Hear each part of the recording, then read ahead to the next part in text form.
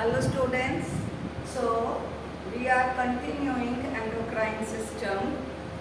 So in this video I am going to talk about heterocrine glands.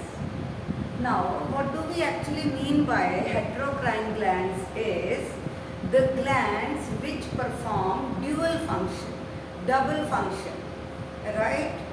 Now how come? Now these heterocrine glands act as both exocrine as well as endocrine, right? It means that these glands do have ducts to pour out certain secretions. Those are the secretions of pancreas, testes and ovaries. So now when pancreas is there, it acts as a heterocrine gland. That is, it acts as both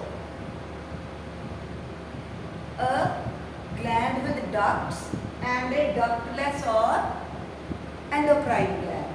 Similarly, testes also act as endo as well as exocrine. Same is with the ovaries. Now, the pancreas, which is a leaf-shaped organ, when it is behaving as exocrine, at that time it is producing pancreatic juices through pancreatic duct. But when it behaves like an endocrine gland, then the secretion is insulin, glucagon, which are produced from islets of Langerhans present in the pancreas. Okay, so a gland with ducts, that is exocrine, and a gland without duct, that is endocrine. So pancreas is a heterocrine gland.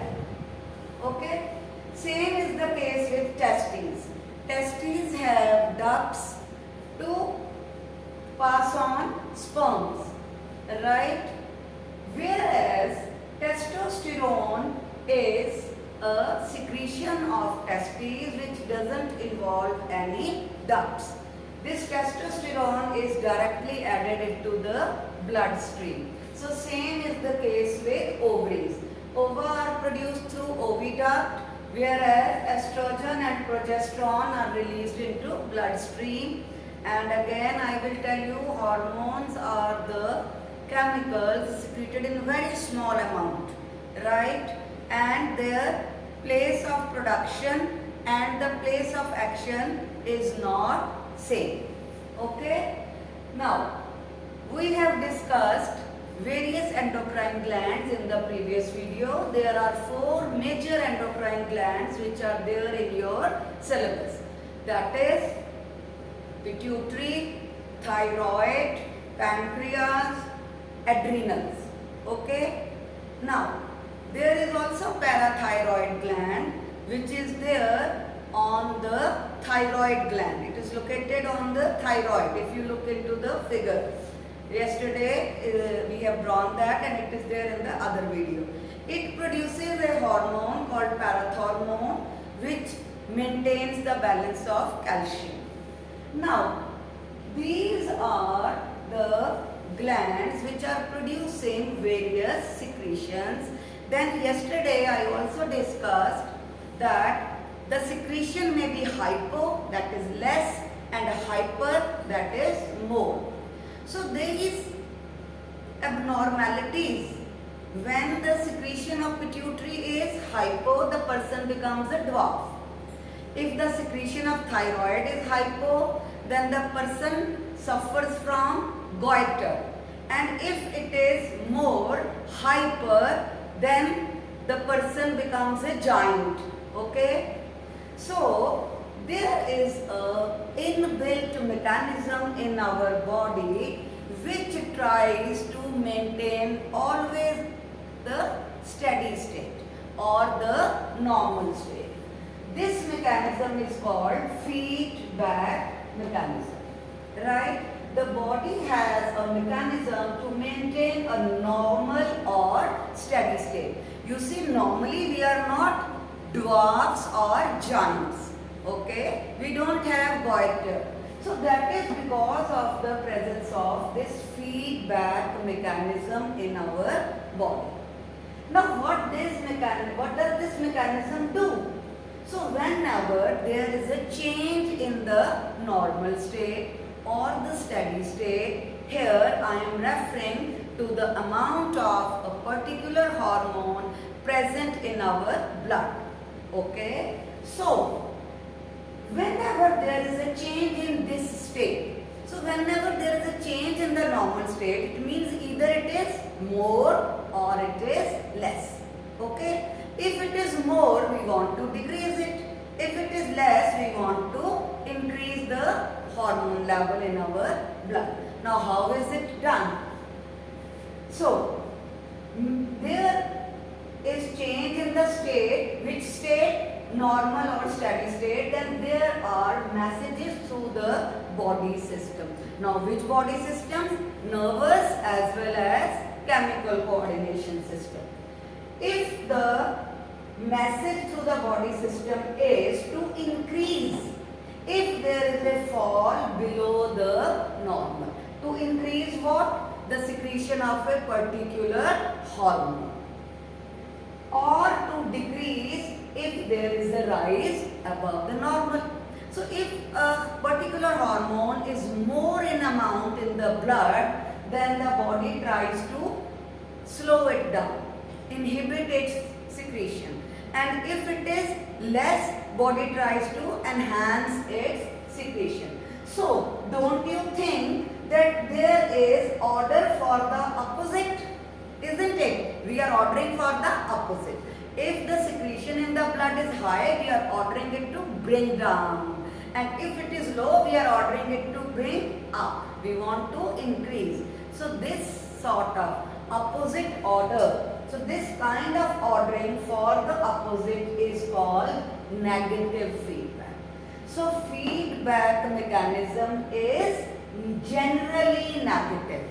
Okay? There are few positive feedback mechanisms. For example, during labor, during childbirth, the normal state of the uterus is not contractions. Normally, labor is not there. Normally, there is no labor in a normal female. The labor is there. That is the severe contractions of the uterus to expel the fetus out is only during the childbirth. So, at that time, the secretions of those hormones which are responsible for causing contractions is given a positive feedback to increase. Now, here is an example. If there is thyroid stimulating hormone, okay, it will give the feedback to increase thyroxine. So, if hypothalamus gets a negative feedback, that is, there is excess of thyroxine in the blood, so the negative feedback is given to the hypothalamus. So hypothalamus will stop this thyroid releasing hormone.